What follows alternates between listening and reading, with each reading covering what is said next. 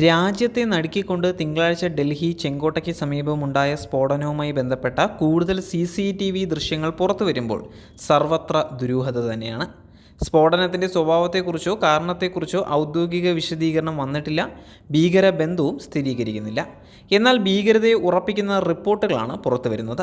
Operation സിന്ദൂറിന് പിന്നാലെ ഭീകരാക്രമണത്തിന് സാധ്യതയുണ്ട് എന്നുള്ള ഇൻ്റലിജൻസ് റിപ്പോർട്ട് നിലനിൽക്കെ ഇക്കാര്യത്തിൽ അലംഭാവമുണ്ടായത് അതീവ സുരക്ഷാ വീഴ്ചയാണ് എന്നും വിലയിരുത്തലുണ്ട്. ഡൽഹി സ്ഫോടനം ആസൂത്രിതമായ ചാവേർ ആക്രമണമാണ് എന്നുള്ള തരത്തിൽ അന്വേഷണം നീങ്ങുന്നുവെന്ന് ദേശീയ മാധ്യമങ്ങൾ റിപ്പോർട്ട് ചെയ്യുന്നുണ്ട്.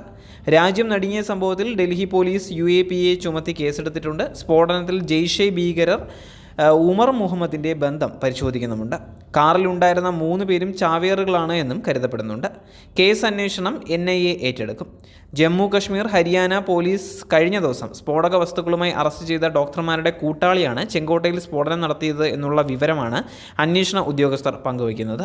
ചാവേർ സ്ഫോടനമാണ് നടന്നതെന്നും മുഖ്യ സൂത്രധാരൻ ഡോക്ടർ ഉമർ മുഹമ്മദ് എന്ന ആളാണ് എന്നും അന്വേഷണ ഉദ്യോഗസ്ഥരെ ഉദ്ധരിച്ച് ദേശീയ മാധ്യമങ്ങൾ റിപ്പോർട്ട് ചെയ്യുന്നുണ്ട്.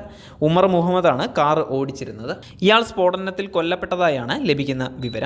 ചാവേർ എന്ന് സംശയിക്കുന്ന ഡോക്ടർ ഉമർ മുഹമ്മദിൻ്റെ ചിത്രങ്ങളും പുറത്തു വന്നിട്ടുണ്ട്.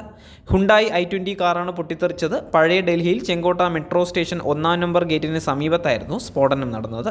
ഇതിന് പിന്നിൽ പാകിസ്ഥാൻ ഭീകര സംഘടനകളാണ് എന്നും സൂചനകൾ ലഭിക്കുന്നുണ്ട്. ചെങ്കോട്ടയുടെ 1-ാം നമ്പർ ഗേറ്റിന് സമീപം സുഭാഷ് മാർഗ് ട്രാഫിക് സിഗ്നലിൽ പൊട്ടിത്തെറിച്ച വെളുത്ത i20 കാറിൻ്റെ ദൃശ്യങ്ങളാണ് പുറത്തു വന്നിരിക്കുന്നത്. കാർ ട്രാഫിക് സിഗ്നലിൽ മുന്നോട്ട് നീങ്ങുന്നതും ഡ്രൈവറുടെ സീറ്റിൽ കടും നീല നിറത്തിലുള്ള ടീഷർട്ട് ധരിച്ച ഒരാൾ ഇരിക്കുന്നതും ദൃശ്യങ്ങളിൽ കാണാൻ സാധിക്കും. HR 26 CE 7674 എന്ന നമ്പർ പ്ലേറ്റുള്ള കാർ സ്ഫോടനത്തിന് 3 മണിക്കൂറോളം മുൻപ് ചെങ്കോട്ടയ്ക്ക് സമീപമുള്ള പാർക്കിംഗ് സ്ഥലത്ത് പാർക്ക് ചെയ്തിരുന്നു. 3:19 എത്തിയ കാർ 6:48 ഇവിടെ നിന്നും പുറപ്പെട്ടത്. 6:52 കാർ പൊട്ടിത്തെറിച്ചത്. പുറത്തു വന്ന ദൃശ്യങ്ങളിൽ ഒരാൾ മാത്രമേ വാഹനത്തിനുള്ളിൽ ഉള്ളതായി കാണുന്നുള്ളൂ.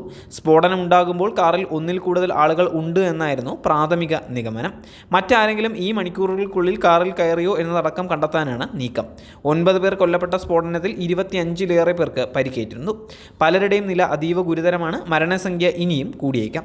സമീപമുണ്ടായിരുന്ന 20-ലേറെ വാഹനങ്ങൾക്കാണ് തീപിടിച്ചത്. പരിക്കേറ്റവരെ സമീപത്തെ ആശുപത്രികളിൽ പ്രവേശിപ്പിച്ചിരിക്കുകയാണ്. മുഹമ്മദ് സൽമാൻ എന്ന ഗുരുഗ്രാം നിവാസിയുടെ പേരിലാണ് വാഹനമെന്നും എന്നാൽ ഇത് ഒക്ല നിവാസിയായ ദേവേന്ദറിന് ഇയാൾ 1.5 വർഷം മുമ്പ് വിറ്റതായി മൊഴി നൽകിയെന്നാണ് പോലീസ് പറയുന്നത്. ദേവേന്ദറിനെയും ഡൽഹി പോലീസ് കസ്റ്റഡിയിലെടുത്തിട്ടുണ്ട്. ഇരുവരെയും ചോദ്യം ചെയ്യൽ തുടരുകയാണ്. കൊല്ലപ്പെട്ടത് പൊട്ടിത്തെറിച്ച കാറിന് സമീപത്തുണ്ടായിരുന്നവരാണ്. ഉഗ്രസ്ഫോടനത്തിൽ മൃതദേഹ ഭാഗങ്ങൾ മീറ്ററുകൾക്ക് അകലേക്ക് ചിതറിത്തെറിച്ചിരുന്നു.